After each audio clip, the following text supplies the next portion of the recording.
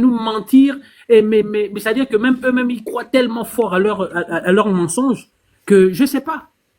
On pense qu'ils sont envoûtés, mais en réalité, ils ne le sont pas. Ils sont tout simplement foncièrement mauvais. Parce que les sommes astronomiques, il faut donner on va dire des moyens à la population d'estimer. 1 milliard représente 1000 millions de francs CFA. Donc j'ai 999 millions plus 1 million.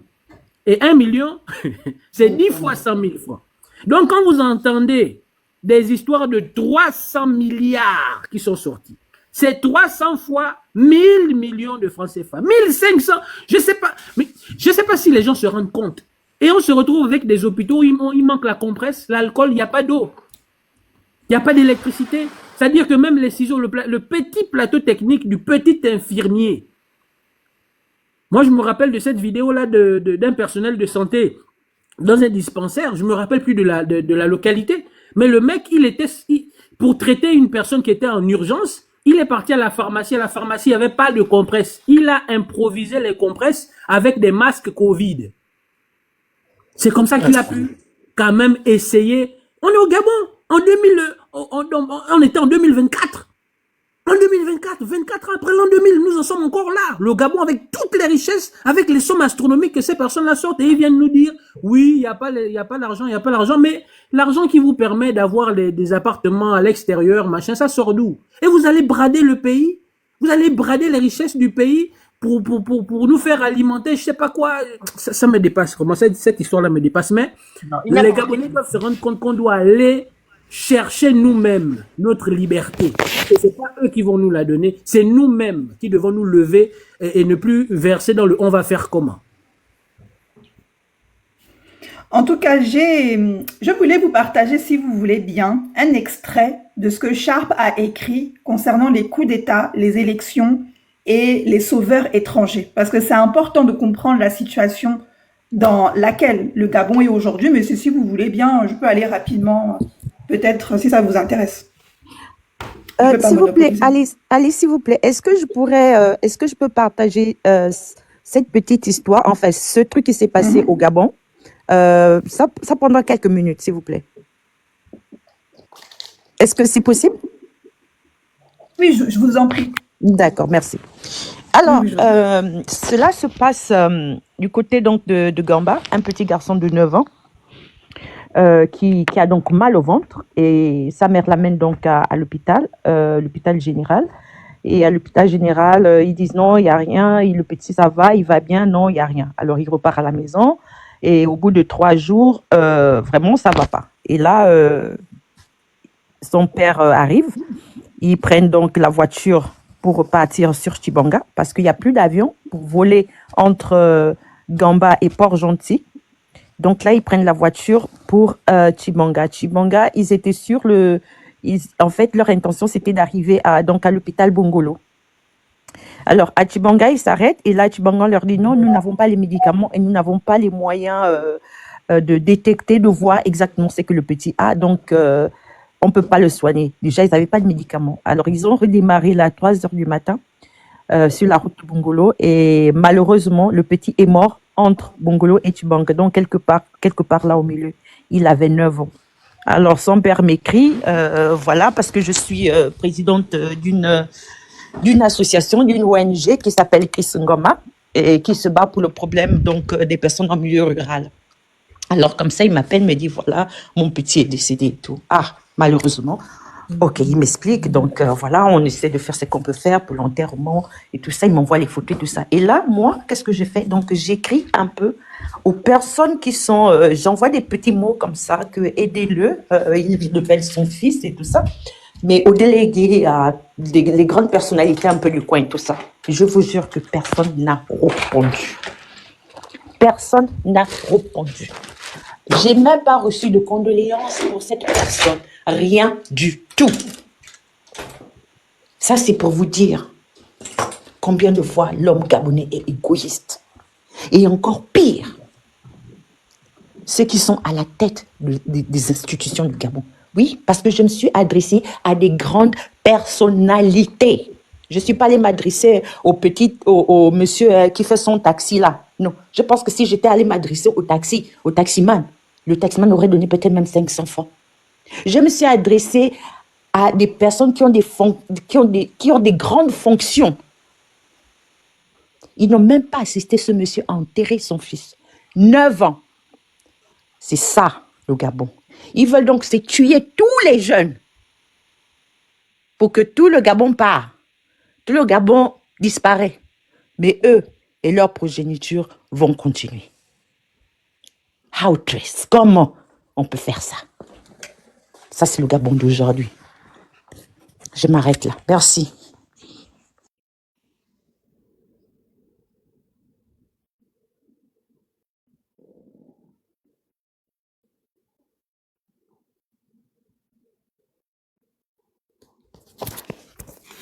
Bon, ben. Est-ce que vous voulez que, Enfin, oui, vas-y, que, vas-y. je, que je vous partage un extrait?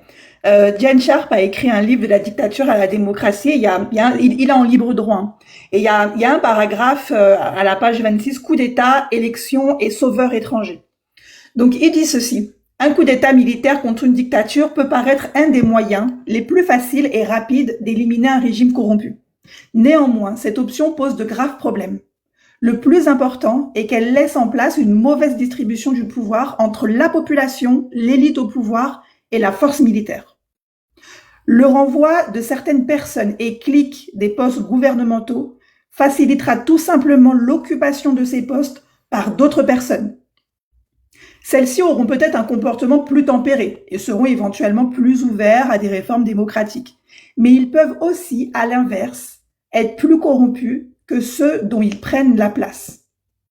Après avoir consolidé sa position, la nouvelle clique peut se révéler plus impitoyable et plus ambitieuse que la précédente. Ainsi, malgré les espoirs qu'elle apportait, elle sera libre de faire ce qu'elle veut sans se préoccuper de démocratie ou de droits humains. Et cela ne peut donc pas être une réponse acceptable au problème de la dictature. Quant aux élections, c'est notre point, il n'en est pas question sous une dictature. Elles ne sont pas un instrument efficace de changement politique.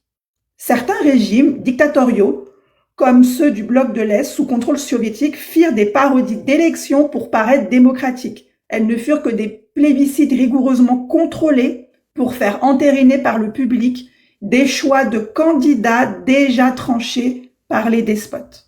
Ça vous parle? Tapoter, la famille, tapoter. Beaucoup de gens souffrant actuellement d'une dictature brutale ou qui se sont exilés pour y échapper ne croient pas que les opprimés puissent se libérer eux-mêmes, mais ils pensent que leur peuple ne peut être sauvé que par l'intervention de tiers. Ils placent leur confiance en des forces extérieures. Donc ça, c'est la fameuse théorie qui dit il faut qu'on aille chercher les puissances extérieures, il faut qu'on soit sauvé par la communauté internationale, etc. Donc, mais ils pensent que leur peuple ne peut être sauvé que par l'intervention de tiers. Ils placent leur confiance en des forces extérieures et croient que seule l'aide internationale peut être assez puissante pour renverser les dictateurs. Cette idée selon laquelle les opprimés sont incapables d'agir efficacement est parfois exacte pour une certaine période. Souvent, les peuples opprimés manquent de volonté et sont temporairement incapables de lutter car ils n'ont aucune confiance en leur capacité de faire face à une dictature brutale et ne voient aucun moyen de s'en sortir. On comprend donc qu'ils placent leur espoir de libération en des entités tierces, en une force extérieure qui peut être l'opinion publique, les Nations Unies, un autre pays, les sanctions économiques, les politiques internationales. Une telle vision est confortable, mais elle pose de sérieux problèmes. Cette confiance accordée à une puissance extérieure peut être très mal placée. Le plus souvent, aucun sauveur étranger ne se présente. Et s'ils le font, on ne devrait probablement pas lui faire confiance, car de dures réalités sont à considérer avant de s'en remettre à une intervention étrangère. Bon, là, il liste en plusieurs points les dangers des puissances étrangères, contrôle économique, des fois c'est des renversements où ils participent eux-mêmes à renforcer le pouvoir du dictateur finalement, etc., etc. Les dictatures existent principalement à cause de l'insuffisante répartition du pouvoir dans le pays lui-même. La population et la société sont trop faibles pour poser de problèmes sérieux au pouvoir dictatorial. La richesse et le pouvoir sont concentrés en trop peu de mains. Donc voilà. Et donc, vous voyez, ça c'est un peu ce qu'on vit en réalité aujourd'hui, en fait, dans la situation du Gabon, avec cette dictature, là où on pensait que en renversant le pouvoir en place, elle allait venir restaurer nos institutions, la dignité des Gabonais. Et en fait, ça a duré le temps de l'euphorie, ça a duré le temps du 30 août. Et en fait, finalement, quand tout le monde est tombé amoureux, et ben là, c'est un peu le comportement du narcissique en fait. Hein. Là où du coup, le pouvoir reprend sa place. Et donc, elle devient même encore beaucoup plus terrible. Et la répression est même beaucoup plus forte.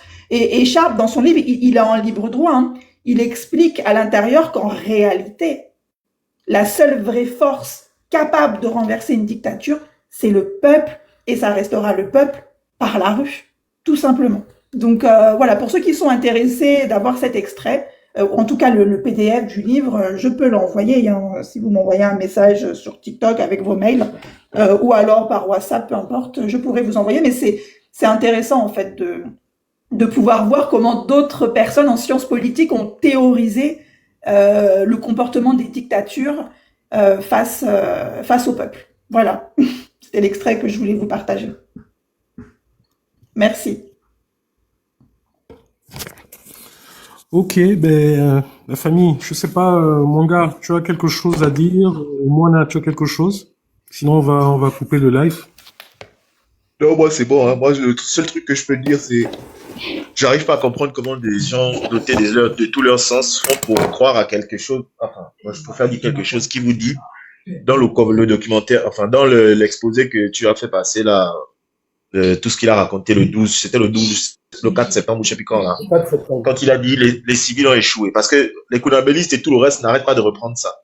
Les civils ont échoué. Et la question que j'arrête pas de poser à tout le monde, c'est Oligui travaille avec qui? Qui est-ce qu'il nomme? C'est la question que les Gabonais doivent se poser en fait. Si les civils ont échoué, parce que la petite qui est passée à TV5 Monde, là, elle a dit la même chose. Nous avons constaté que les civils ont échoué. Ok. Oligui nomme qui? C'est juste cette question-là en fait que je préfère laisser à tout le monde le soin d'y répondre. Parce que, sauf si nous ne sommes pas tous intelligents, quoi. C'est juste ça. Parce que s'ils ne sont pas intelligents, là, à ce moment-là, oui, on va faire un déni de toute la vérité. Mais à partir du moment où nous tous, nous voyons qui il nomme, Il y a Emmanuel posons-nous les bonnes demande questions. qui demande à monter. Désolé. Donc, c'est ça que moi je me dis. Posons-nous les bonnes questions. Et de ne pas oublier une chose, c'est que Bilé Binze avait dit quelque chose à l'époque d'Ali, qui est en train de se faire là. Même si on n'aime pas l'homme, mais ce qu'il a dit, c'est vrai. Le PDG au pouvoir n'a pas l'intention de vous passer le relais. Exactement. C'est le PDG qui est au pouvoir.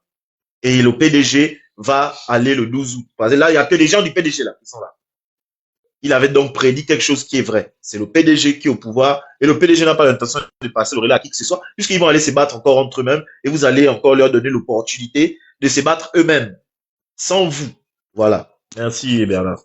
Je prends la parole. Alors, Vas-y.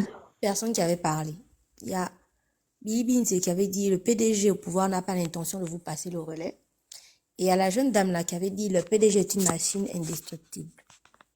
Je pense que on a négligé la sœur, mais on n'a pas tenu compte. En fait, on n'est pas rentré dans le fond des choses. C'est avec Oligui que je réalise qu'en fait, les deux avaient totalement raison. Pourquoi? Parce qu'aujourd'hui, Oligui, qui est un PDGiste, a fait croire aux gens que son intention était de venir justement de détruire ou d'enlever tout ce qui est PDG. On se rend compte qu'il est le PDG même. Il est le PDG. Il est en train de restaurer toutes les cellules du PDG qui auraient dû être éradiquées depuis longtemps. Peuple gabonais, s'il vous plaît, réveillez-vous. Je sais pas de quoi vous êtes. Mais est-ce que vous réalisez que ce monsieur-là, Oligui, est venu se foutre de vos gueules depuis le début? Depuis le début, Oligui a fait ce qu'on appelle la manipulation. En fait, il vous a manipulé, vous a menti. Tout ce qu'Oligui vous a promis faire, dites-moi, citez-moi une seule chose qu'il a concrétisée. Dites-moi, rien. Oligui est en train de délapider l'argent du contribuable gabonais parce que ce n'est pas son argent. Oligui n'a pas les milliards là. Il n'a pas les milliards là.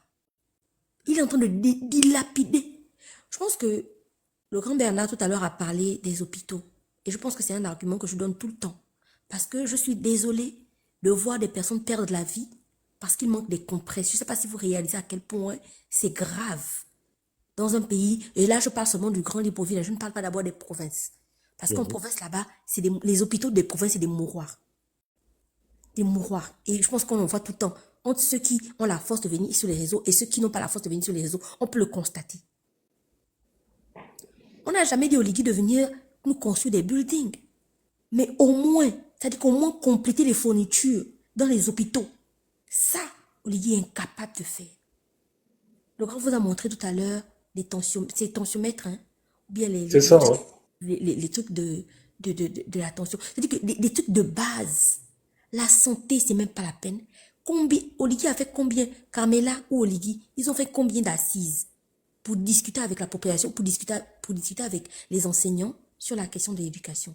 Pourquoi on n'a pas d'enseignants à l'intérieur du pays? Pourquoi il n'y a pas de professeurs déjà à Libreville? Tu vois un enfant qui fait de la 6e en terminale, pas de prof de maths, pas de prof de français, pas de prof d'histoire, il avance comment? Vous calculez ses moyennes comment? Vous êtes en train de fabriquer quel genre d'étudiants? Ils vont représenter qui? Quel Gabon demain sans instruction? Dites-moi. Carmela, Oligui, ils n'ont même pas fait d'assemblée générale pour parler, pour discuter sur la question de l'éducation. Quand on sait que l'avenir du Gabon, c'est la jeunesse. On a besoin d'une jeunesse instruite. Mais j'ai l'impression que l'éducation est le cadet de leurs soucis. Oligui tient une assemblée pour modifier le statut particulier des militaires. Mais il est incapable de tenir des assemblées pour régler le problème de l'éducation. Pourquoi il n'y a pas de professeurs dans les lycées? Pourtant, il y a beaucoup de personnes qui sont formées à l'ENES, à l'ENA. Pourquoi il n'y a pas de professeurs? Pour quelle raison? Ça, c'est des besoins fondamentaux, c'est des besoins urgents. On n'avait pas besoin d'un avion, je suis désolée. Les Gabonais se déplaçaient déjà avec ou sans avion. Vraiment. On n'en avait pas besoin. C'est de l'argent jeté en fait. L'éducation, c'est la base d'une société, c'est la base d'un pays où leur objectif, c'est de fabriquer des cancres, des personnes médiocres. Continuer à garder des enfants avec la main tendue parce que quelqu'un qui n'a pas fait des études, qui n'a rien fait, il va sombrer dans le conabélisme. Il va croire que la seule façon ou le seul moyen de s'en sortir, c'est d'être un conabéliste ou c'est de travailler avec le PDG, avec le CTRI. Alors que quelqu'un d'instruit comprendra qu'effectivement, pour pouvoir changer le pays, il faut qu'il prenne un certain nombre de choses en main. C'est quoi l'objectif ici? Posez-vous les bonnes questions. Posez-vous les bonnes questions, s'il vous plaît. Oligui, parler de l'école, on ne voit pas.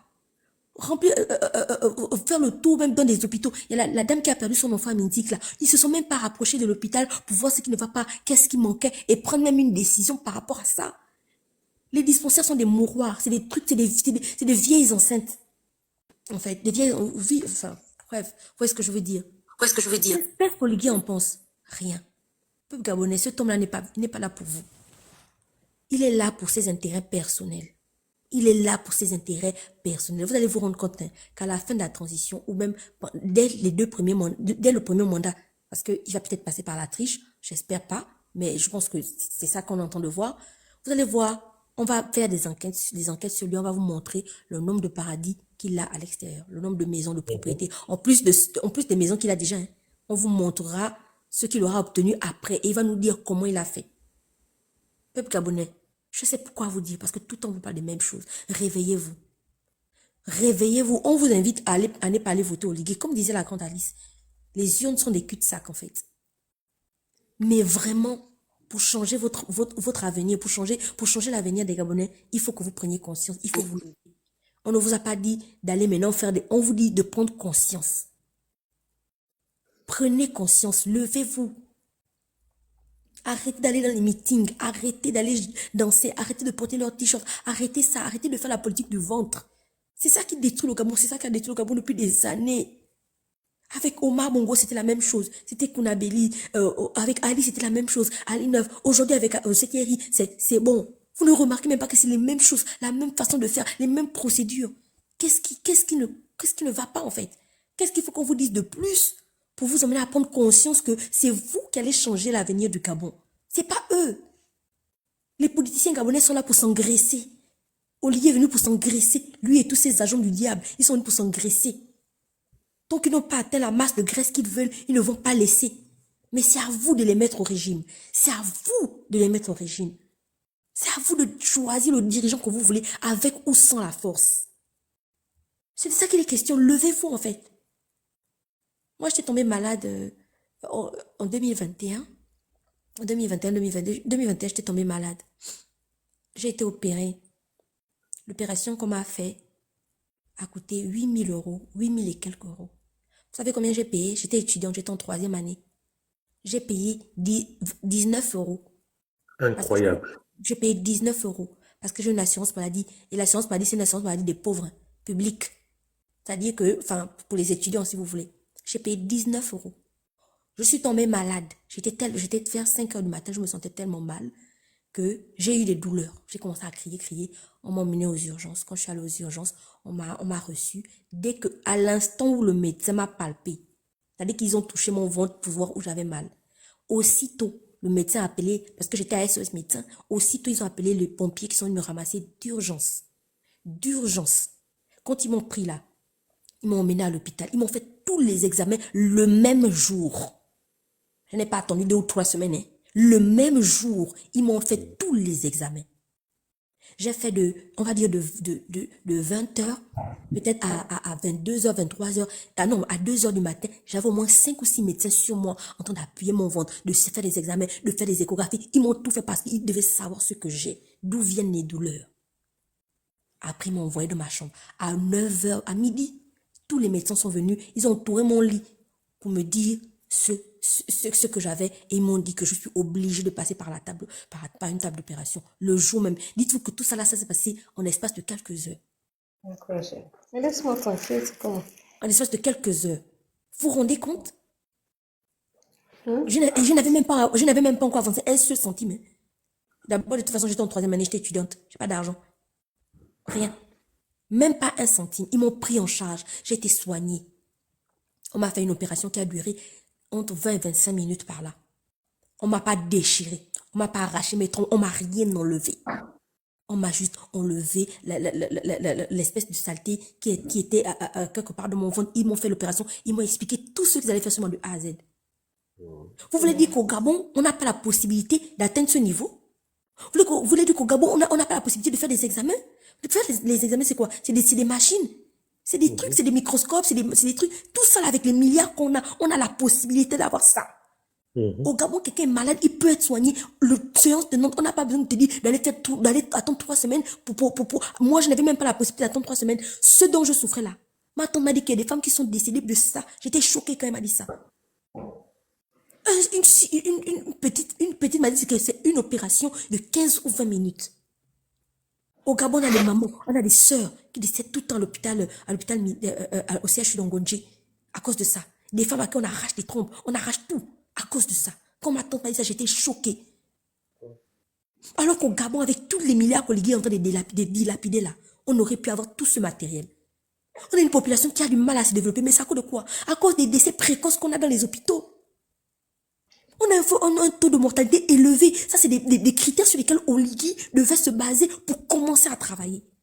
Mais qu'est-ce qu'il a fait? Il a commencé à voyager dans le monde, prendre notre argent, aller dilapider, aller donner, laissant ainsi le Gabon dans une position misérable, en fait. Combien de milliards pour acheter la terre, là? Combien de milliards il prend pour aller au Sénégal, distribuer 100 000, 150 000, en Chine, distribuer 200 000, 300 000? Au Kenya, où je sais pas, partout les partis, il a donné l'argent. L'argent de qui? L'argent du contribuable. L'argent qui aurait pu permettre de réhabiliter certaines structures à Libreville. Regardez là où nos enfants apprennent à Libreville. Les écoles, mon Dieu. Allez-y. Le grand Bernard demande à tes space de te filmer les toilettes de nos enfants. Mon Dieu, mon roi, tu as le frisson. Tu as le frisson. Si. Moi-même, j'ai ces images. Moi-même, je filmais ça. Mon Dieu, mon roi. Même les toilettes. Même dans les lycées, hein. Même les lycées. Tout ça, on va me dire que ça aussi, on devait attendre après la transition. Ça aussi, on doit attendre 2 ans plus tard. S'il vous plaît.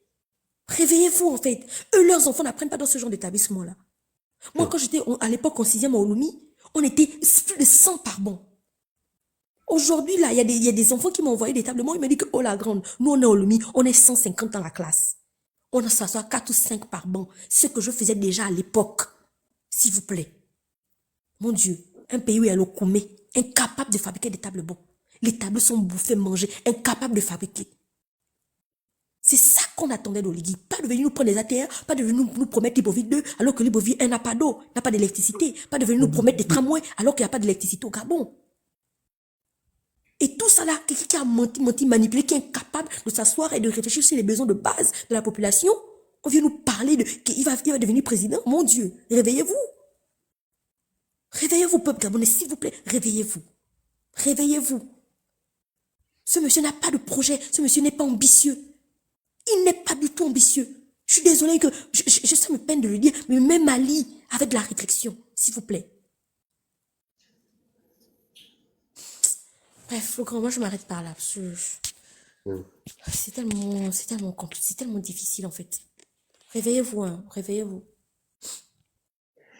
Ok, ben écoutez la famille, merci de toutes vos interventions et je pense qu'on est aujourd'hui tous sur la même longueur d'onde concernant cette élection.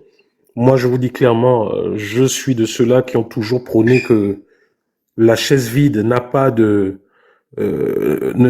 avec nos gens, il ne faut pas pratiquer la politique de la chaise vide, mais force est de reconnaître que cette élection-là, enfin, même en disant élection, je suis bien gentil, le machin qu'ils sont en train de faire là, je pense qu'il faut les laisser faire.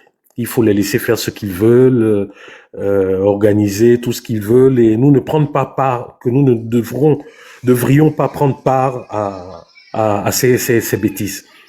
Que nous ne devrions pas prendre part à ces bêtises et les laisser faire. Notre combat, il n'est pas pour cette élection, il est ailleurs. Si ce n'est peut-être appeler les véritables patriotes, le peuple, Jean-Rémy Yama, sur place, à organiser vraiment un blocage. Un véritable blocage des institutions de cette élection, de poser des actes forts qui vont conduire Oligui à sortir de ses retranchements. Et je pense qu'il n'y a que ça, comme Alice l'a dit, comme beaucoup l'ont dit, voir maintenant véritablement la désobéissance civile, l'option désobéissance civile, parce qu'il n'y a que ça qui nous reste. Nous avons cru, nous avons été pacifistes, nous avons cru, mais je pense qu'aujourd'hui, c'est le moment véritablement d'activer l'option désobéissance civile. Et nous savons, le référendum dernier nous a montré que Oligui n'est pas soutenu par la population, du moins par la majorité de la population. Aujourd'hui, Oligui est soutenu par cette minorité qui a des intérêts dans les Delta Synergie, dans tout ça, là, les Olam, les machins. Ce sont tous ces gens-là aujourd'hui qui, pour préserver leur mangement, font semblant d'être avec lui. C'est tous ces hommes politiques qui, la journée, criaient et la nuit allaient prendre les valises, qui sont aujourd'hui avec lui. C'est tous ces hommes politiques qui n'ont pas eu la force et le courage de se dire que nous avons affronté Ali, mais que malheureusement, ce coup d'État, c'est toujours le PDG. Tous ces hommes politiques lâches qui ont décidé d'aller à la mangeoire plutôt que de continuer le véritable combat, qui ont choisi leur camp. Mais je pense que pour nous, qui ne voulons pas que comme nos parents nous ont légué leur combat, pour nous qui ne voulons pas léguer ce combat à nos enfants, je pense que la seule solution aujourd'hui que nous avons, c'est de commencer à poser des actes pour véritablement bloquer ce pays, pour véritablement rendre ingouvernable ce pays, pour véritablement faire en sorte qu'il n'y ait pas d'élection présidentielle. Et là, il n'y a que la synergie. Autant il y a des Jean-Rémy Yama là-bas et une grande partie du peuple qui sont sur place, il faudrait qu'ils commencent à faire le job et que nous, ici, nous soyons le relais. Pour que nous, ici, nous puissions montrer véritablement ce qui se passe, que nous puissions profiter des bouleversements politiques, géopolitiques qu'il y a aujourd'hui pour faire en sorte que Oligui ne puisse pas d'avoir d'arrière-soutien de la Macronie ou de je ne sais trop quoi. Parce que là, à ce moment, que ça soit Macron ou tous les autres, ils vont devoir justifier devant leurs médias et devant le peuple français cette démocratie à géométrie variable. On ne peut pas prendre ces caméras, crier sur le massacre du peuple ukrainien et accepter qu'un militaire et des mange-mille, des assassins au Gabon puissent continuer de massacrer le peuple gabonais. Donc faites ce qu'il y a à faire au Gabon, nous allons prendre le relais ici. Même s'il faille que nous organisons des nouveaux Trocadéro ou je ne sais pas, de toute façon, nous réfléchirons sur les actions à poser, comme les prédécesseurs ont fait en 2016. Faites le job au Gabon.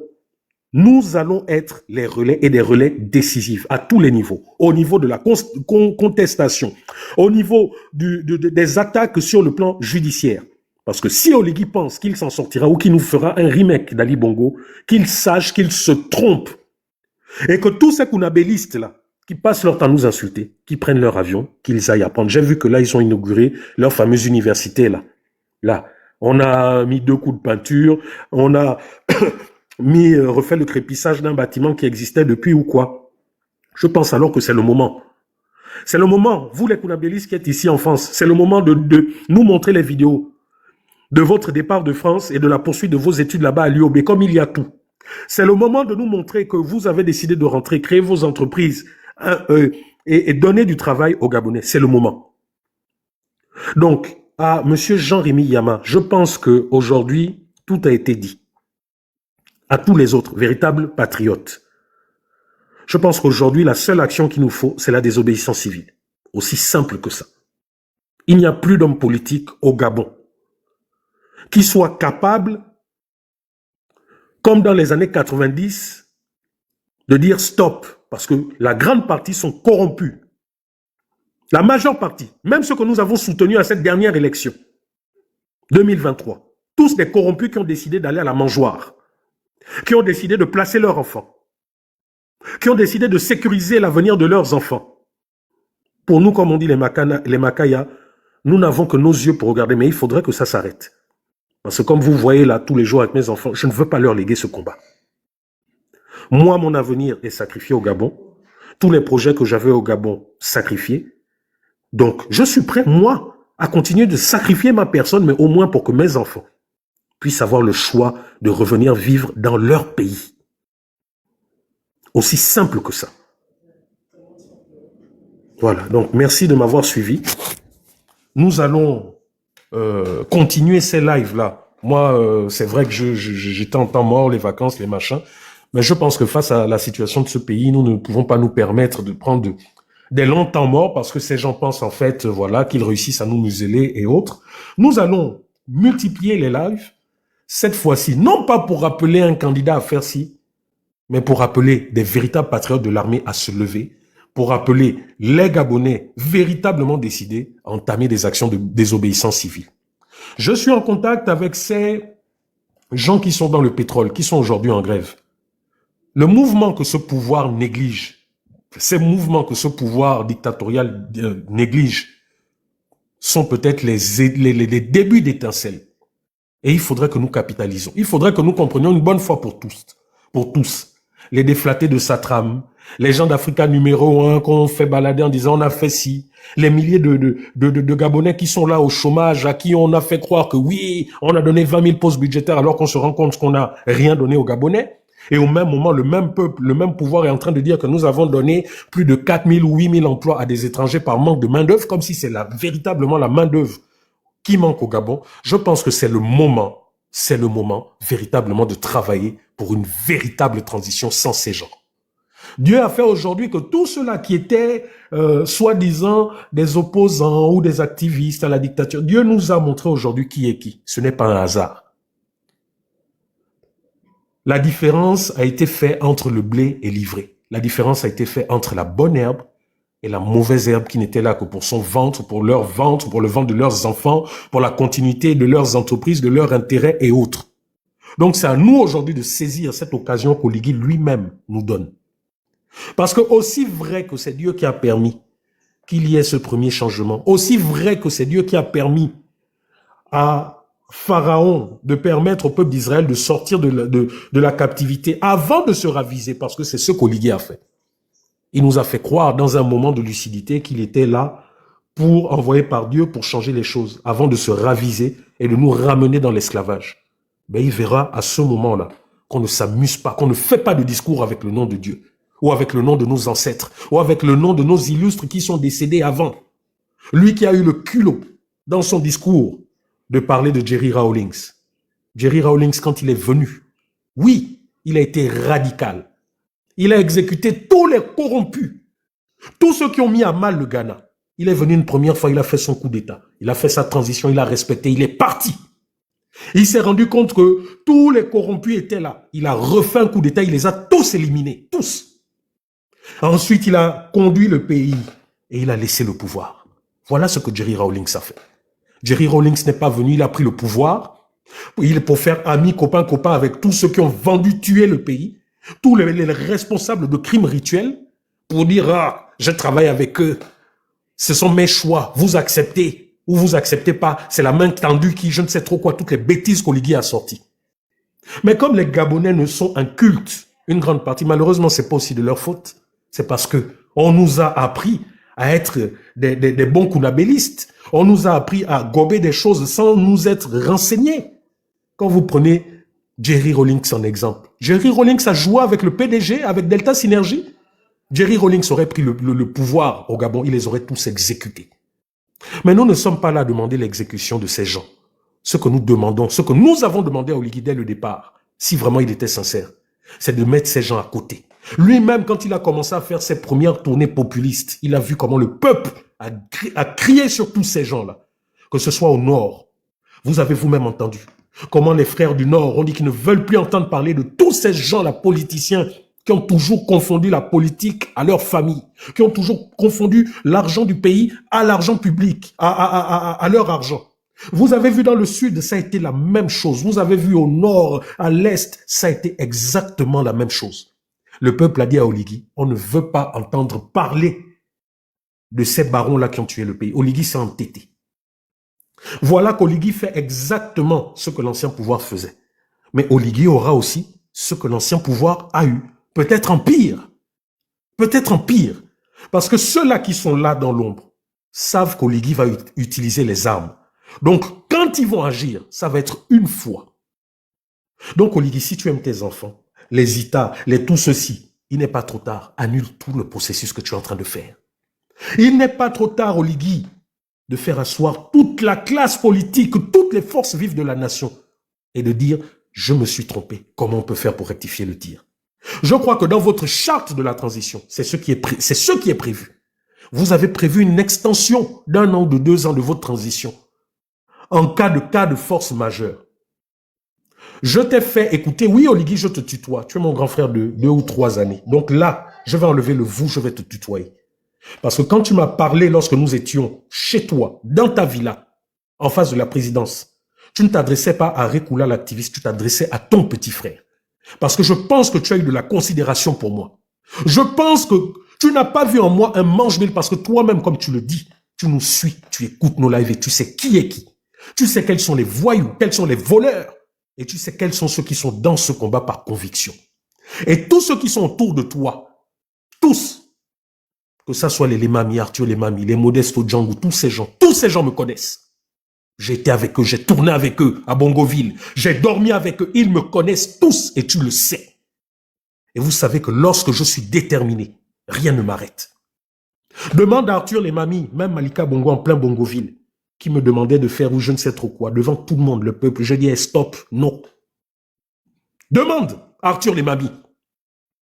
Quand Malika a commencé à entrer en politique, elle fait clairement comprendre que moi je ne suis pas là dans la politique. Je filmais ces quelques actions des filles de femmes, machin, dont chez les pygmées, dont ceci, cela. Va lui poser la question. Si, devant des milliers de personnes, les Léa Dabani, tous ces gens-là, si quand Malika, je dis non, hein, les ordres ou les quoi, vous donnez ça à vos gens-là, moi je ne suis pas là. Donc Oligui, si Arthur, avec qui j'ai dormi dans les mêmes chambres, avec qui j'ai gouvé, avec qui on a fait les 400 coups à Bongoville, dans tout le Haut-Ogoué, s'il ne t'a pas dit véritablement quelle est la tête grillée que je suis, il faudrait que tu comprennes que lorsque je suis sur un dossier, je ne lâche pas. Il faudrait que tu le comprennes. Et il n'est pas trop tard. Il n'est pas trop tard, Oligui, pour tout arrêter. Parce que le processus que tu es en train d'engager là, tu es en train d'envoyer le Gabon vers la guerre civile. Tu es en train de nous emmener tout doucement vers la guerre civile. Il ne faut pas avoir peur ni honte de le dire. Ce ne sont pas les activistes qui le disent. Ce ne sont pas les activistes qui sont en train de faire ou de vouloir qu'il y ait la guerre civile. C'est toutes les actions que tu mènes. Tu es venu, tu as fait en très peu de temps ce que Omar et Ali ont fait en beaucoup de temps. Diviser le pays.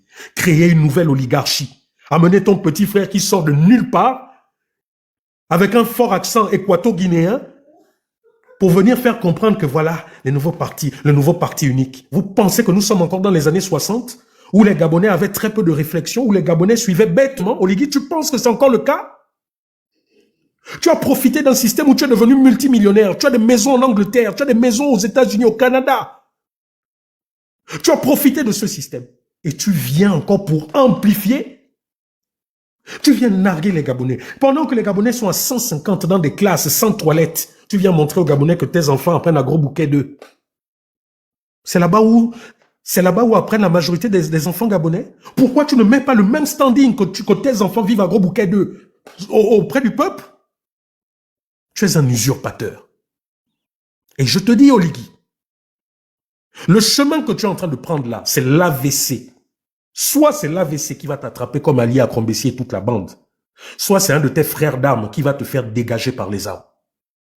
Parce que ne pense pas que tu es plus fort que tous les autres dans l'armée là. Ne le pense pas. Si tu penses que c'est la bande de zinzin là que tu as pris qui vont pouvoir permettre au peuple de se retourner, tu te trompes.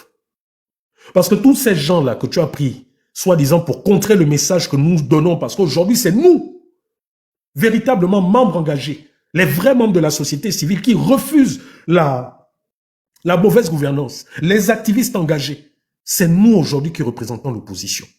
L'opposition à la mauvaise gouvernance. C'est nous qui aujourd'hui montrons au peuple gabonais que tu es un usurpateur. C'est nous qui montrons au peuple gabonais que le Gabon, malgré tout ce qu'on dit, a suffisamment d'argent pour s'en sortir, pour vivre mieux. Tu nous mets de la poudre aux yeux en nous parlant de routes bétonnées. Ce sont ces routes-là que tu as pavées à Akaye ou je ne sais pas dans quelques rues de Kembo. Ce sont ces routes-là qui soignent les Gabonais. Ce sont ces routes. Vous sortez, vous allez prendre de l'argent, des milliards au nom du peuple gabonais et vous faites autre chose, vous vous enrichissez avec vos entreprises. Mais tu penses que ce que tu fais là va te conduire où? Ce que tu fais va te conduire où, Oligui? Tu prends notre argent, tu donnes à tes femmes qui nous créent des fondations, violation de la loi. Tu viens nous acheter des avions dont on ne sait où. Tu vends les avions que nous avons, tu en achètes d'autres. Nos avions sont devenus les taxis des artistes qui viennent chanter pour ton anniversaire.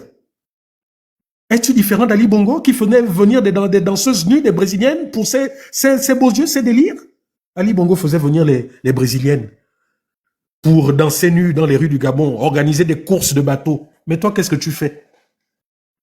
Tu fais venir des chanteurs pour ton anniversaire, tu fais venir des chanteurs pour tes parents dans le nord, dans ton canton, mais avec l'argent du Gabon. Pourquoi tu ne le faisais pas quand tu étais sous Ali?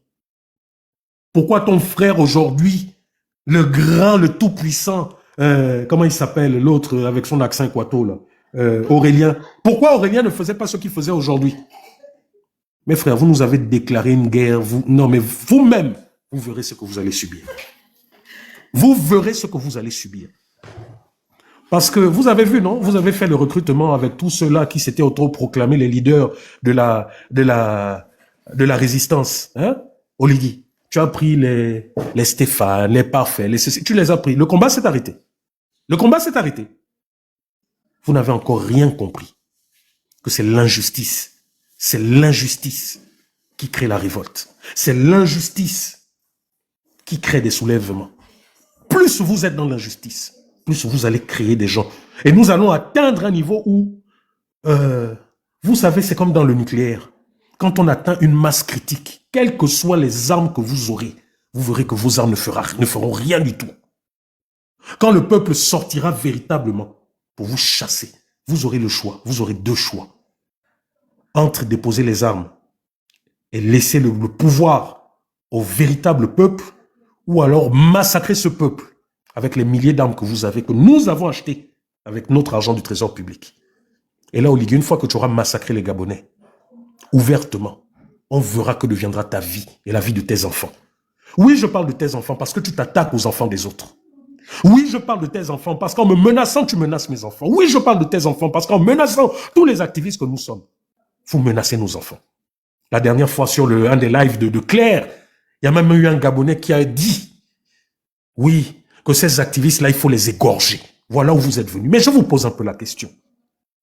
Quand vous faites appel à la violence contre nous parce qu'on est opposé à vous, vous pensez que la violence, là, il y a une école où on apprend ça, Oligui? Oligui Nguema, dis-moi un peu. Il y a une école où on apprend la violence.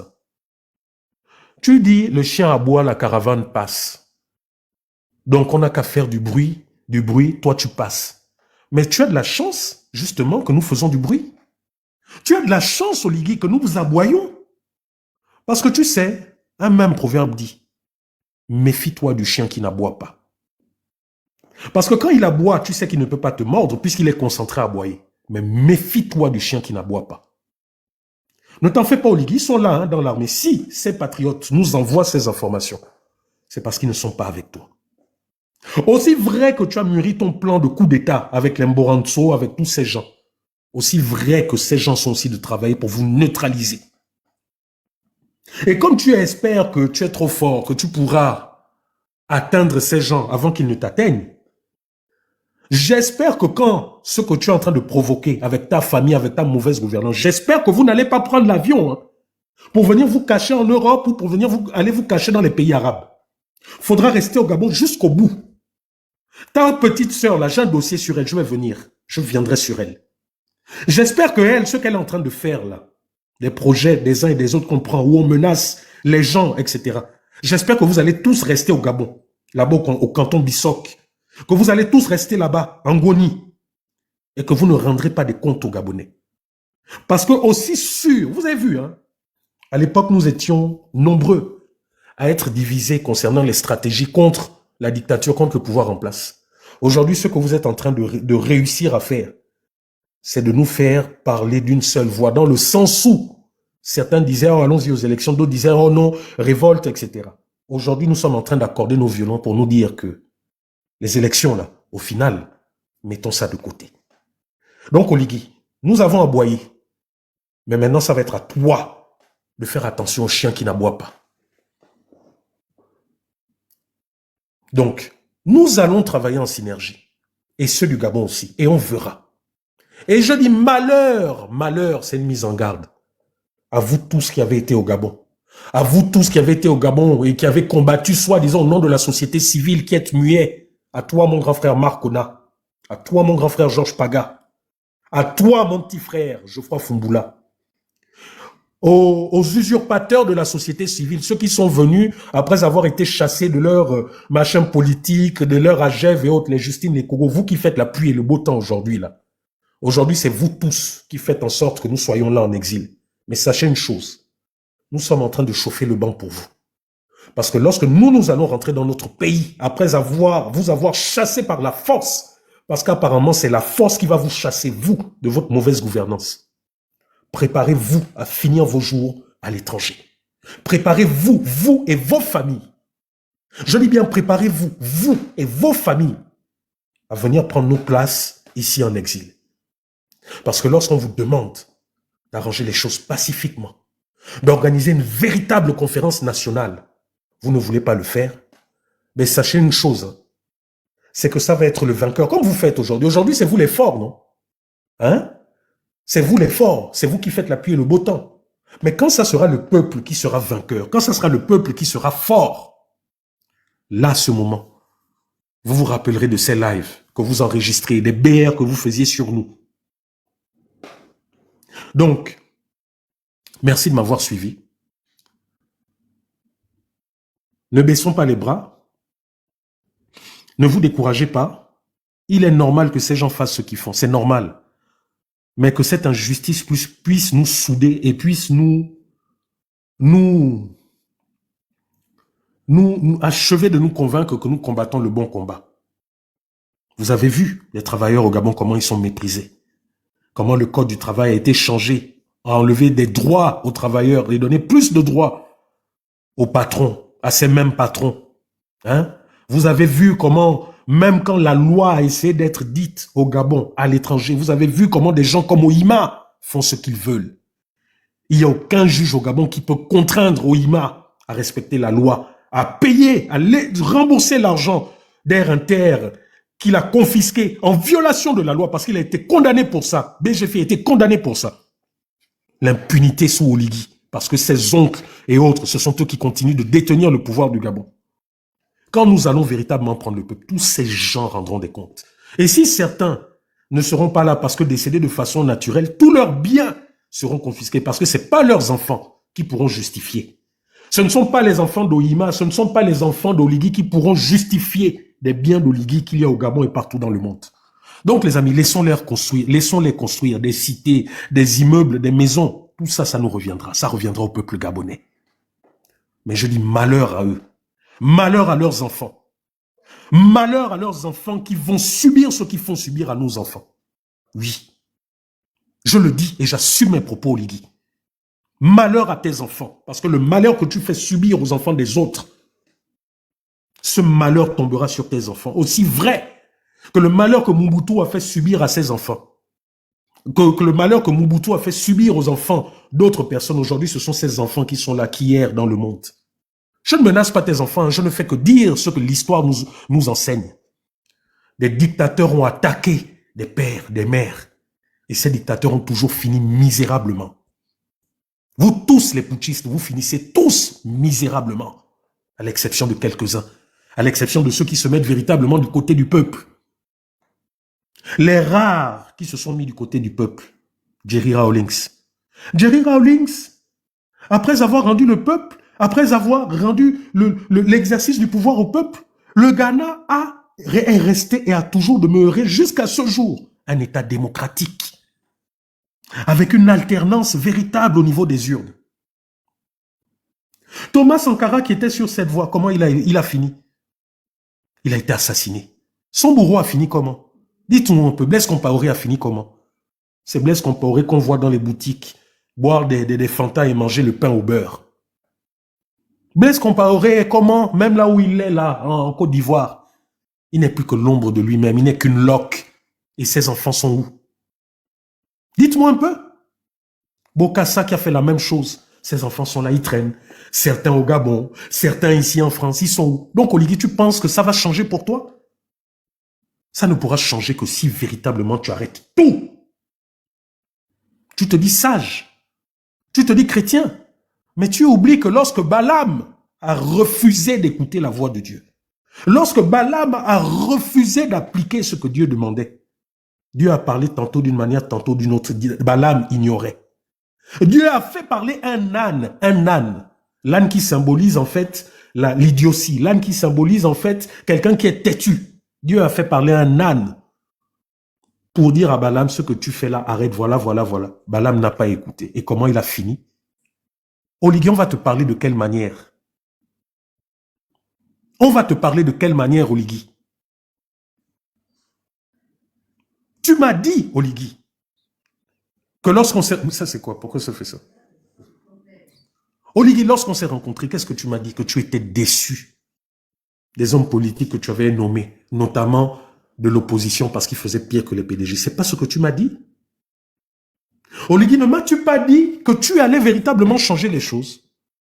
Mais Oligui, tu pensais te moquer de moi après tout ça, là, en me disant, je veux que tu participes au dialogue pour me mettre dans la commission justice, droit, liberté. Tu pensais que j'allais là-bas, c'était pour faire quoi? Chanter tes louanges? Si beaucoup sont allés au dialogue parce qu'ils attendaient des perdièmes ou des centaines de millions, je ne sais trop quoi. Mais Oligui, tu aurais dû d'abord te renseigner avant de m'avoir fait cette proposition. Arthur Lemami est là. Tu aurais dû te renseigner auprès d'Arthur Lemami et savoir qui est Rekula, comment je fonctionne. Il faut jouer avec le peuple gabonais. Continue de jouer. Mais je dis ça là, si tu n'as pas la sagesse de t'arrêter, de prendre des gens comme Papa Bengonsi, de prendre Albert Ondosa, de prendre tout cela, de dire stop, j'ai voulu bien faire, je me suis trompé. Comment on peut rectifier le tir? Si tu n'as pas la sagesse, Oligui, de te dire qu'il faut qu'on s'asseye sur les bases de 1991 et qu'on voit comment rectifier le tir, Oligui, je te dis, prends note. Tu finiras comme tous ces dictateurs. Monsieur Oligui, c'est pas ton ami, imbécile, génie au fouillis ou je ne sais trop quoi. Je t'emmerde et je t'envoie au Zimbabwe. Pensez que vos pages de Kunabélistes à la merde de cons, et c'est pas ici, hein. Je t'emmerde au carré.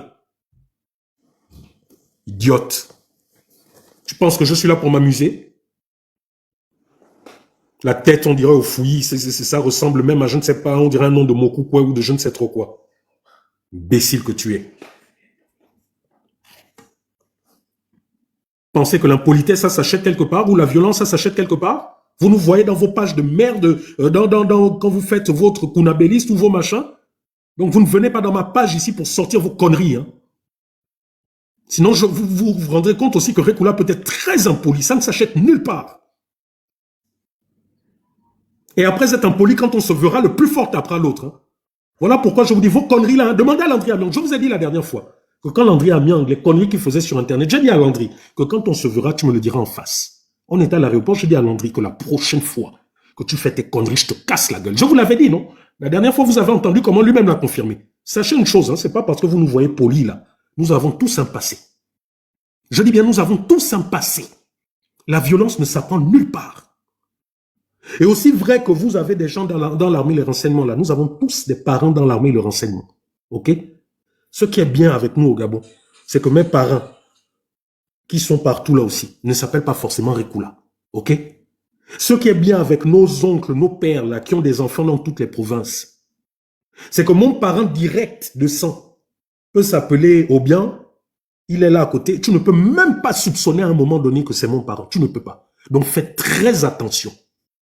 Je vous dis, vous tous là, tous les petits kounabélistes là, les badoukis, je vous dis, faites très attention, hein, parce que ceux avec qui vous parlez là, toute la bande là, je les connais. Toutes les instructions que vous connaissez là, vous ne voyez pas, vous ne vous posez pas la question que depuis que vous parlez avec certains là, ils vous disent toujours, Rekula, n'attaquez pas, laissez de côté. Parce que moi, je ne suis pas dans vos conneries. Hein. Je dis que le jour où vous qui êtes ici en France là, le jour où j'entends qu'il y a un qui va sortir des conneries ou de je ne sais trop quoi, il n'y a pas un endroit ici en France où je ne peux arriver. Donc faites très attention à qui vous insultez. Et je te parle bien, Ndoukis, toi qui as l'insulte facile, vous tous là, faites très attention. Parce que le jour où j'entends que quelqu'un fait un live pour m'insulter, s'il est ici en France, un jour il risque d'entendre seulement cogner quelqu'un à sa porte et il me verra. Vous voulez me mettre au défi, faites-le. Moi, mon activiste, j'attaque Oligui. Je ne vous attaque pas. Donc, quand vous faites vos choses et que vous avez décidé que vous avez créé des clubs pour nous nuire, je dis faites seulement très attention à qui, avec qui vous le faites. C'est une mise en garde. Je dis bien, c'est une mise en garde. Bordeaux, Paris, Lyon, Marseille, tout ça, c'est 2 heures. Hein. Maximum, c'est 3 heures de train, 3 heures de métro. C'est 3, maximum. Donc, faites très attention. Vous, là, qui avez découvert la parole depuis le 30 août, là. Vous qui avez la bouche et le cul fermé pendant qu'Ali Noureddine était là. Faites très attention. Je ne suis pas votre ami, hein, vous, là, tous les petits impolis, là, qui montez maintenant. Je ne suis pas votre ami. Donc, Danger, toi qui parles avec tous ces petits, toi qui organises ces choses avec tous ces gens, faut vraiment mettre en garde tes petits. Parce qu'à un moment, trop, c'est trop. Vous tous, là, les Yannick, les Stéphane, mettez vos petits en garde. Donc voilà, j'en ai fini. Je suis très énervé aujourd'hui parce que je me rends compte que nous avons tout fait pour donner une chance à cette transition de découler sur quelque chose de positif pour ce pays. Nous avons, à un moment donné, même baissé notre garde en nous disant « Ah, non, ils sont sincères. » Mais nous nous rendons compte que aucun de ces gens n'ont été sincères. Aucun. Aucun. Que ça soit les Oligui, les Manfumbi. Vous savez, la première chose que Manfumbi a fait, vous savez ce qui s'est passé? Manfumbi a sa femme qui travaille là à l'aéroport, qui était hôtesse dans une compagnie. Dès qu'ils sont arrivés au pouvoir, la première chose qu'il a fait, c'est enlever sa femme de là. Regardez vous-même les photos de Manfumbi quand ils ont pris le pouvoir et regardez ces photos aujourd'hui. Regardez comment tous sont jouffus. La bonne vie, le statut, le niveau de vie qui a évolué. La personne qui dit « Christian, je veux ton WhatsApp. Tu peux m'écrire après ce live en inbox et je te le donnerai. » Tous ces gens, ils ne sont plus là pour... ils ne sont pas là pour le peuple. Ils ne sont pas là pour le peuple. Ils sont là pour s'enrichir. Voilà pourquoi aucun d'eux n'est capable d'expliquer comment ils ont fait pour avoir les biens qu'ils ont aujourd'hui. Aucun. Aucun. Aucun. Quand aujourd'hui ils envoient leurs gens dire « Oui, avant, les civils n'ont rien fait, machin. Donc aujourd'hui, il faut qu'on essaye les militaires. » Mais vous vous moquez de qui? Dites-moi un peu. C'est de qui dont vous vous moquez? Omar Bongo, vous voulez qu'on vous montre les photos de lui, militaire? Vous voulez qu'on vous montre les photos d'Omar Bongo, militaire? Omar Bongo, c'est un militaire qui a enlevé sa tenue pour diriger. N'est-ce pas ce qu'Olivier est en train de faire là? Dites-moi un peu. N'est-ce pas ce qu'Olivier était en train de faire? Qui a maintenu Omar Bongo depuis 1967 à sa mort? Ce n'est pas les gens comme les Oligui, ce n'est pas les militaires. Dites-moi un peu. Le seul civil qui a dirigé le Gabon, c'est Léon Mba. Oui, voilà la vérité. Si on peut dire qu'il y a eu un civil qui a dirigé ce pays, c'est Léon Mba. C'est le seul. Omar Bongo, c'est un militaire des services de renseignement français qui a enlevé sa tenue, qui a mis à côté, qui a dirigé le pays avec le soutien de l'armée. Vous qui êtes jeunes, là, les bébés aujourd'hui activistes, là, en 1990, je vais vous faire un petit cours. D'abord, les événements ont commencé depuis 1900. Dans mes souvenirs, je me rappelle, depuis 1988. Il y avait plus de grèves, de machin. 1988. Je me rappelle, j'étais en CE2 ou en 88, j'étais en, oui, CE2 à Gros-Bouquet, dans la classe de Madame Joséquel. Les mouvements ont commencé. Fort, fort. 89, fort, fort. 90. Monsieur Mangara est là, il peut vous expliquer comment il a lancé les mouvements de grève à l'UOB, qui ont commencé, qui ont pris avec capot. C'est toujours la jeunesse, c'est pas les politiques. Il faut que vous le reteniez. Les politiques sont là, mais ils ont toujours peur de s'engager, de poser véritablement des actes. Les actes qui ont été posés, qui ont amené à ce qui s'est passé au Gabon, c'est la jeunesse. C'est le Daniel Mangara que vous voyez aujourd'hui. Ce sont eux qui ont initié des mouvements qui ont été récupérés par le lycée technique et tous les autres. Les politiques à l'époque n'ont fait que se saisir de ce mouvement de ras-le-bol et ils se sont mis devant. Parce que voilà l'histoire. Ils se sont mis devant. Déjà à l'époque, ils avaient écarté aussi ces jeunes, les Mangara, tout ça. Ils les avaient écartés en disant ah non, c'est les affaires politiques, c'est nous qui connaissons la politique, c'est nous qui combattons depuis les 1980, c'est nous. Il y a eu 91. Mais il y a eu 91 pourquoi?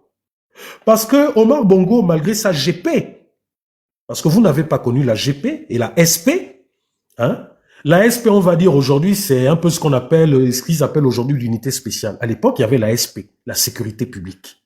Lorsque la sécurité publique venait dans les quartiers, c'est on vous bousille, on vous tire dessus et on réfléchit après. Leur véhicule, si je me rappelle bien, était peint en blanc-vert. La SP, la sécurité publique. Et leur unité était basée à Wenji. Oui, c'était basé à Wenji. À Wenji et vers le CEDOC aussi, je crois. Je crois que là où il y a l'inspection des polices aujourd'hui, c'était là-bas le siège de la SP.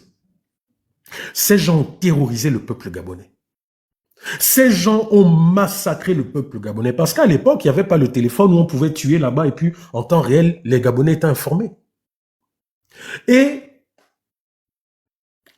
malgré tout ça, malgré toute la violence, le peuple s'est levé. Tout le monde est entré dans la danse. Jusqu'à Omar ou Ali, je ne sais pas, c'est selon, ils sont allés jusqu'à tuer Rinjambé. C'est là où les gens ont dit, bon, allez là, trop, c'est trop. Le peuple gabonais s'est levé comme une seule personne, a commencé à brûler tout ce qui appartenait au Bongo. Le Bowling Store, il y avait quoi? Le Dowe où Rinjambé a été tué. En une journée, en une semaine, le pays était totalement à genoux. Port-Gentil a pris là-bas, c'était... Omar qui avait juré que jamais de son vivant il n'y aurait la démocratie. Le pouvoir d'Omar a été sauvé à cause des Français. C'est l'armée française qui a commencé, qui est venue pour sécuriser Omar, qui est venue, qui a commencé à tirer sur les Gabonais. Port-Gentil, Libreville, c'est l'armée française. Voilà pourquoi vous, les plus jeunes, vous ne comprenez pas pourquoi partout les bases françaises sont en train d'être... Mais la base française du Gabon, c'est une base particulière. Oui, attention au mot, c'est vrai. Omar Bongo a été contraint parce que le peuple en avait marre, le peuple s'est levé et a dit stop. Et je pense qu'aujourd'hui, monsieur Jean-Rémy Yama, si vous m'écoutez, je pense qu'il faudrait que nous ramenions le pays à cet état de fait de 1990-1991. Oui. Il n'y a que comme ça qu'Oligui va plier. Oligui ne va pas plier par une je ne sais pas, une quelconque générosité démocratique. C'est faux. Et il nous l'a montré. Aujourd'hui, il fait tout ce qu'il fait en disant le dialogue. Mais Oligui ne dit pas que toutes les commissions, tout ce qui a été fait, c'est lui qui les a fait sur mesure. Il s'est assuré, lui, son petit frère et tous les autres. Ils se sont assurés d'avoir nommé des gens qui diront oui à tout ce qu'ils feront. Et aujourd'hui, c'est ça là qu'on dit, c'est le peuple gabonais.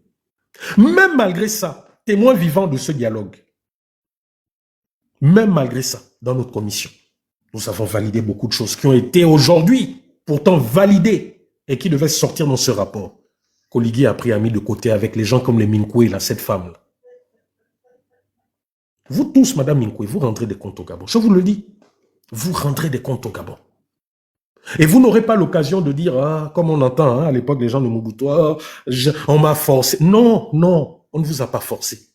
Vous tous, vous avez eu le choix entre être vrai, être du côté du peuple, ou être du côté de ceux qui mangent l'argent du peuple gabonais. Parce que moi, quand j'étais de l'autre côté au dialogue, quand j'étais là-bas au dialogue, j'ai eu le choix entre aller à la mangeoire en voyant les Stéphane, en voyant tous les autres, hein, en voyant les Geoffroy, tous, hein. J'ai les photos où je suis allé, bureau de Geoffroy, Assemblée nationale, machin, etc. Tous.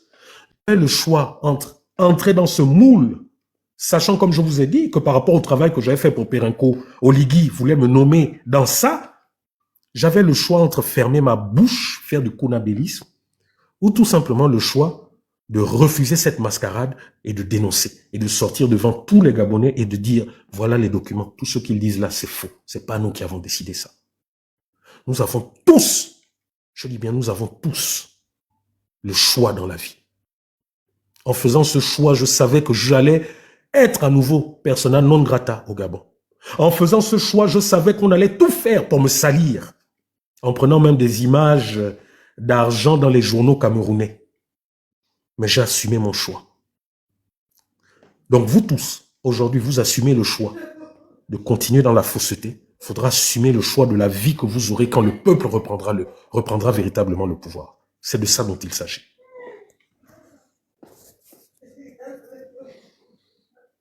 Parce que vous n'êtes pas des Gabonais. Je vous dis que quand j'ai eu ces informations, j'ai passé 2 jours, j'avais la migraine, je n'arrivais pas à dormir. Parce que je me disais, mais comment on peut aimer son pays et être aussi méchant? Tu sais qu'il y a de l'argent là, qu'on peut construire, équiper les hôpitaux, soigner les Gabonais gratuitement. Mais cet argent, tu prends ça pour aller faire la fête, pour aller, je ne sais pas. Demandez à Franck, hein, Franck Biziki, Franck la vérité. 2 jours d'affilée, j'écris à Franck au milieu de la nuit, oh, je n'arrive pas à dormir. Non, ce que je vois là me dépasse. Vous avez vu aujourd'hui, je suis en train de vous montrer. Et vous verrez, je vous dis que aussi vrai qu'étant au Gabon, j'ai pu faire des documentaires avec tous ces médias-là, aussi vrai vous verrez ce qui est en train de venir. Et je dis à Oligui, Ali a cru qu'il pouvait gouverner, non? Toi, tu crois que tu peux gouverner? Oligui, tu crois que comme tu as les militaires, comme tu as les armes, comme tu viens, tu travailles ici, tu as les séances de travail avec les services de renseignement français, comme vous êtes en train de travailler pour voir comment nous neutraliser, tu penses, Oligui, que tu vas pouvoir gouverner? On va voir. On va voir, Oligui. Je ne sais pas hein, si tu as encore des parents qui sont dans les universités occidentales. Mais quand ces universités, quand ces gens sauront que tes enfants, tes cousins, tes beaux-parents qui pillent le pays seront dans ces universités, je crois que ce sont eux-mêmes qui vont vous dire non, on ne peut plus supporter, on préfère revenir au Gabon. Voilà un autre cancre, tu vas faire quoi? Je t'envoie déjà au Zimbabwe. Allez, au revoir. Donc voilà, j'ai tellement mal que de tout ce qui se passe que je peux parler là pendant des heures et des heures. Mais malheureusement, je vais me détruire la santé pour ça, parce que même là, j'ai mal à la tête déjà, rien qu'en continuant de parler. Je vais tout simplement continuer de faire ce que je fais. Faire comprendre à vous tous qui m'écrivez, vous tous qui m'envoyez des documents, vous tous qui commencez à être en grève, commencez à vous parler. Commencez à entrer en synergie. Arrêtez de faire des grèves de façon disparate. Vous, les membres de la SEG, que les opérateurs, les gens de la SEG qu'Oligui a humilié, a fait croire que vous êtes même incapable de monter des groupes électrogènes et autres. Unissez-vous avec les gens qui sont dans le pétrole. Unissez-vous avec les gens de Comiloc. Vous qui êtes là, les travailleurs, qui voyez tous ces gens-là qui entrent en grève, et vous êtes là, vous les regardez parce que tout simplement, vos salaires continuent de passer. Faites comme dans les années 90, soyez solidaires. il faudrait que nous bloquions véritablement ce pays pour que les choses avancent. Il faudrait que vous le compreniez. Quand Oligui comprendra que ces militaires-là, dont il n'a même pas pu réussir à remplir le stade pour faire les parodies de ces jeux sous la pluie là-bas, quand cet homme comprendra que, même s'il est dictateur, si l'ensemble des fonctionnaires ont décidé de ne pas travailler, c'est pas ces militaires qui vont envoyer. Depuis que le tribunal est fermé là, vous avez vu ces militaires aller faire toutes leurs histoires. Qu'Oligui envoie Manfumbi au palais de justice maintenant traiter toutes les affaires juridiques. Qu'Oligui envoie les hommes du secteur, envoie les militaires maintenant prendre la place de tous ces hommes qui sont dans le secteur pétrolier qui ont décidé de faire grève. Qu'Oligui envoie ces militaires travailler à la place de ceux qui sont à Comilogue. Mes frères, comme vient de décrire quelqu'un, ce qui nous manque, c'est le courage et la cohésion. Certains vont vous dire, oui, ces gens-là qui parlent depuis l'étranger. Mais ils vous disent ça, c'est parce qu'ils ne connaissent pas l'histoire du Gabon. Ils ne connaissent pas l'histoire du Gabon.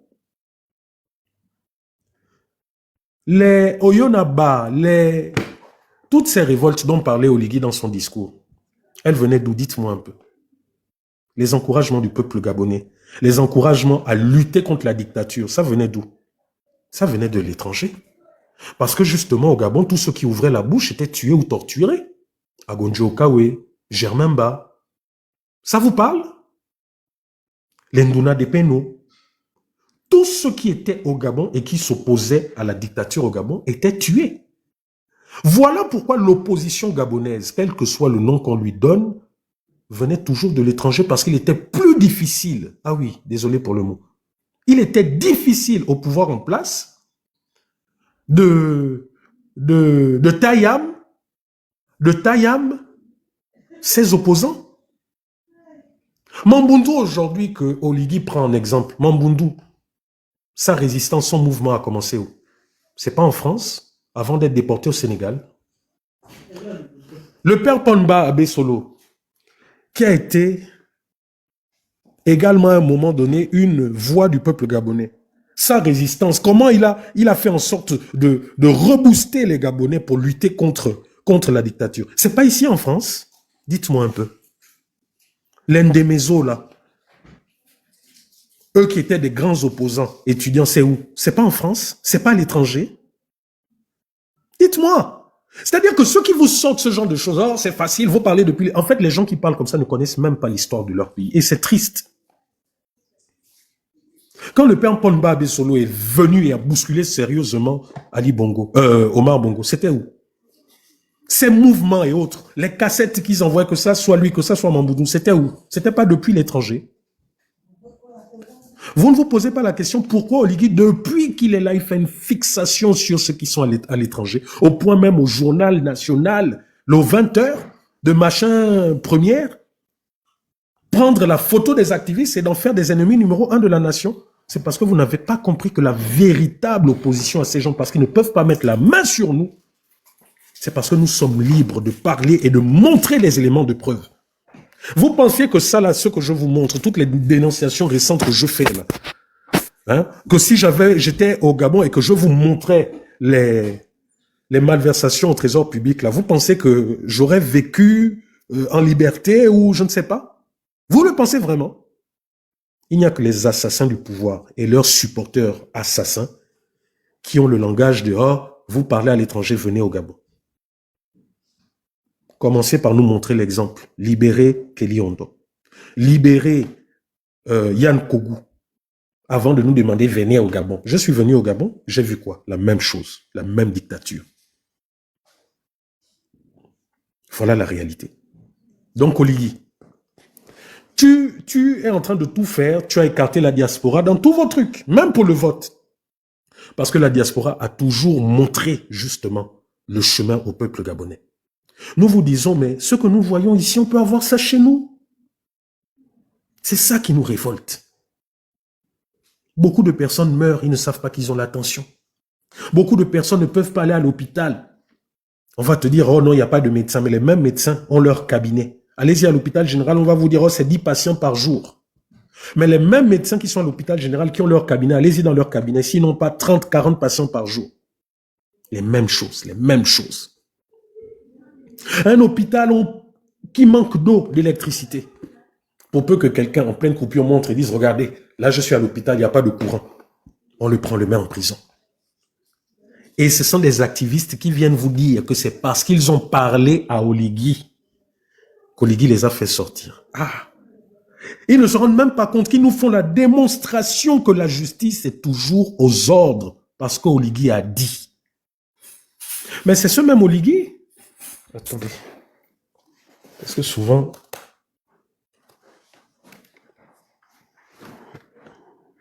Attendez, hein. On va écouter votre champion Oligui. C'est où?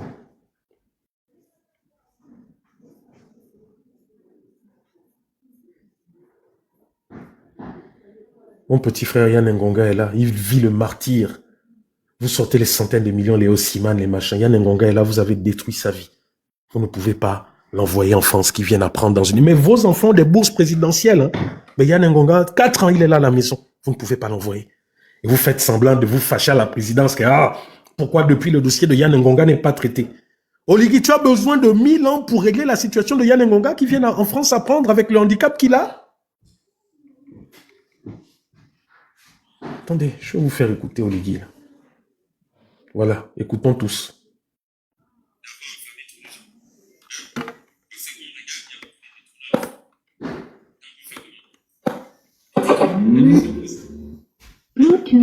Écoutez, hein, écoutez Oligui. Yambo. Écoutez. C'est ce que j'allais dire, j'allais terminer par là, qu'après, il ne faut pas m'accuser d'avoir enfermé trop de gens. Hein? Parce que quand on regarde, il y a beaucoup de détourneurs de fonds.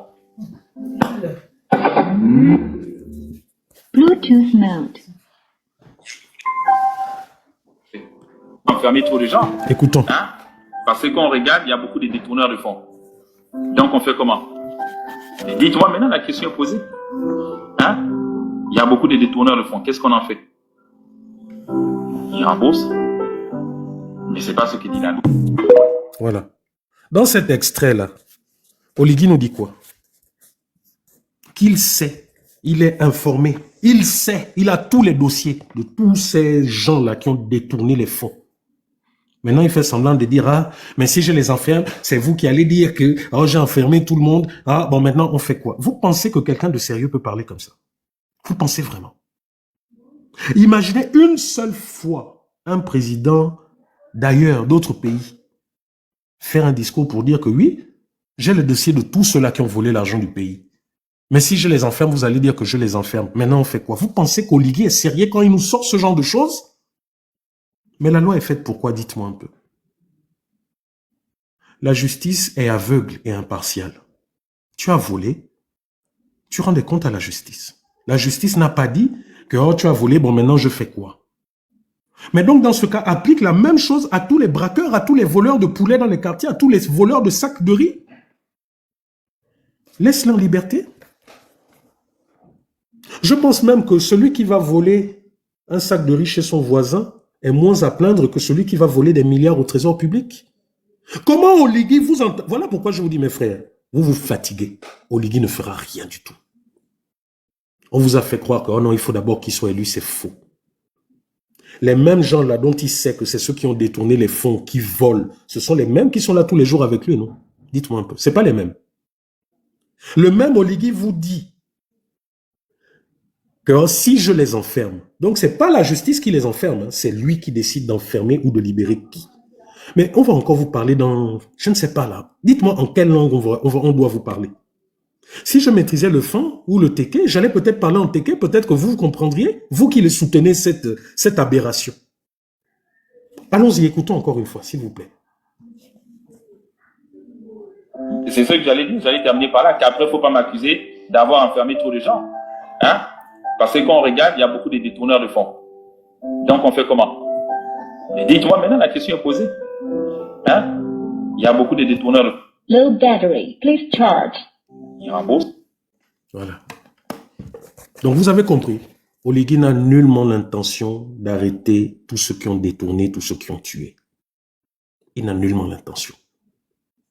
Oui, il est redevable à ces gens parce que lui-même a été comme eux. Lui-même a porté les valises d'Omar Bongo. Lui-même allait donner l'argent à ces mêmes gens politiques-là. Lui-même. Lui-même a acheté des villas grâce à l'argent qu'Omar Bongo lui donnait, de l'argent illicite. Oligui ne fera rien du tout. Vous là qui espérez encore, qui pensez que, oh non, une fois élu, vous verrez le changement, vous vous mettez le doigt dans l'œil, il ne fera rien du tout. Donc frère, laissons-leur organiser leur machin qu'ils appellent l'élection. Il n'a qu'à même être élu à 99%. Notre combat n'est pas dans cette élection, ou alors, il faudrait qu'il n'y ait pas d'élection. Aussi simple que ça. Vous ne me verrez pas perdre mon temps pour aller dire, oh non, il faut soutenir quel tel. Vous ne me verrez pas perdre mon temps pour ça. Nous l'avons fait, ça a marché. Aujourd'hui, ces gens sont là, ils ont confisqué, ils ont les armes. Ce n'est pas parce que nous allons appeler à voter un candidat, même si la personne a 100% ou quoi, qu'Oligui laissera le pouvoir. Je pense qu'il est l'heure. Nous avons essayé par plusieurs reprises, 2009, pour ne parler que là, hein, de notre génération, à partir de quand nous avons pris le combat. 2009, 2016, 2023, nous avons été pacifistes, nous avons essayé cette lutte par les urnes, nous avons vu ce que ça donnait. Je pense que c'est le temps maintenant d'utiliser un autre moyen, dont la désobéissance civile. Aussi simple que ça. Et nous ne serons pas le premier peuple pour se libérer qui utilisera la désobéissance civile. Je vous aurais fait écouter à côté ce que l'autre disait, mais le baf là est...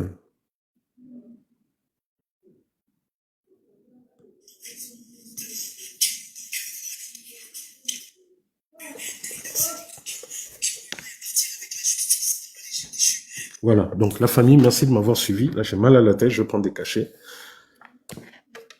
Merci de m'avoir suivi. Véhiculez ce message partout, dans les quartiers, auprès de votre famille, partout. Ne vous laissez pas impressionner. Aujourd'hui, tout le bruit que vous voyez là, c'est parce que c'est des tonneaux vides. Vous savez que si vous prenez 2 tonneaux, un tonneau rempli de patriotisme, rempli de courage, rempli de bonne motivation pour son pays, et que vous tapez dessus, il ne fera pas beaucoup de bruit.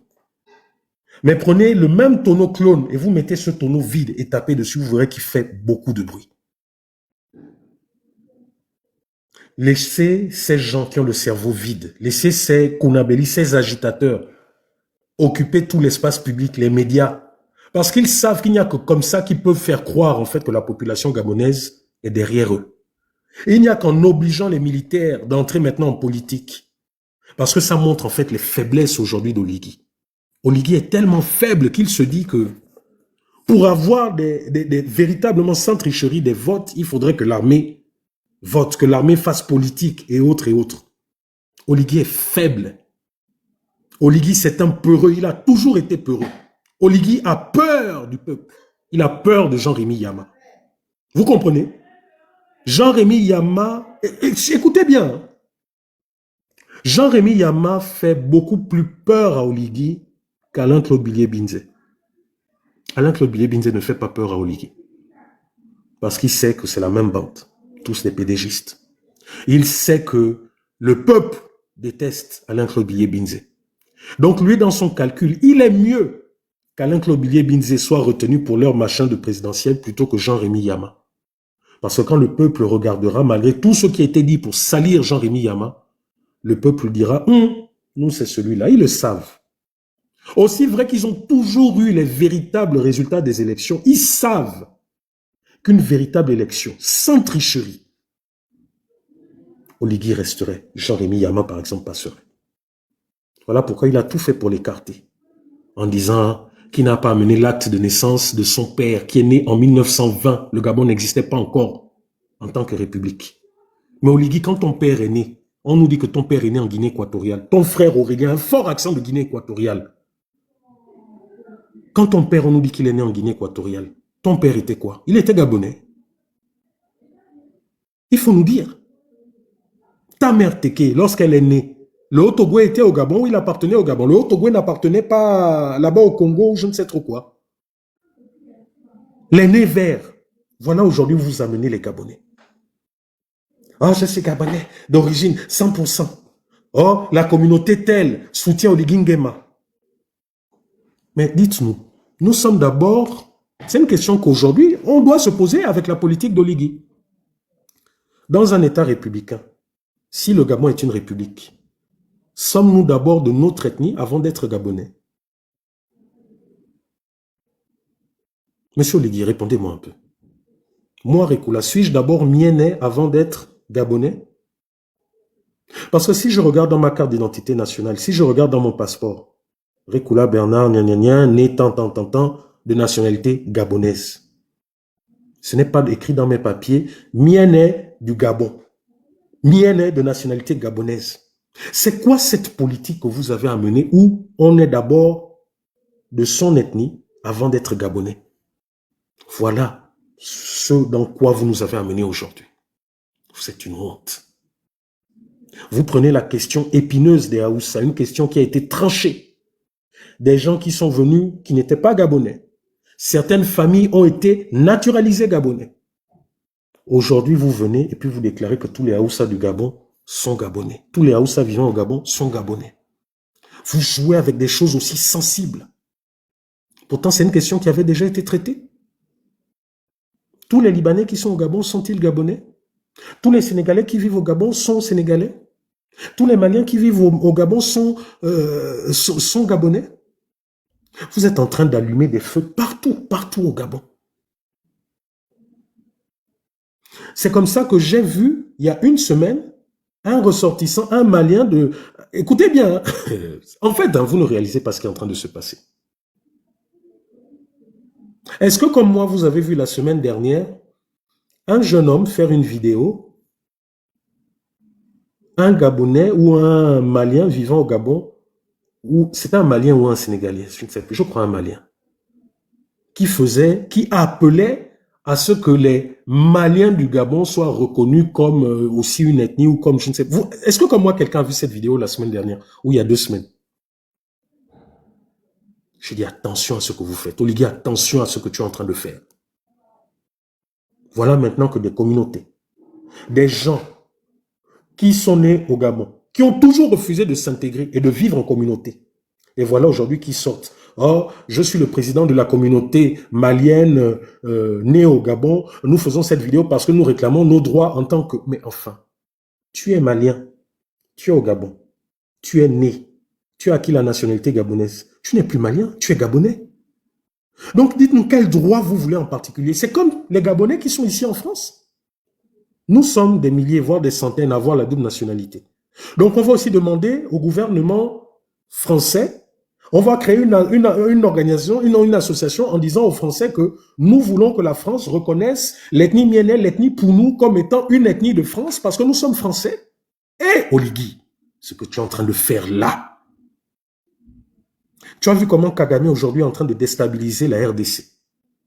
Il a créé des Tutsis de RDC. Aujourd'hui, c'est ça son prétexte pour mettre à genoux la RDC.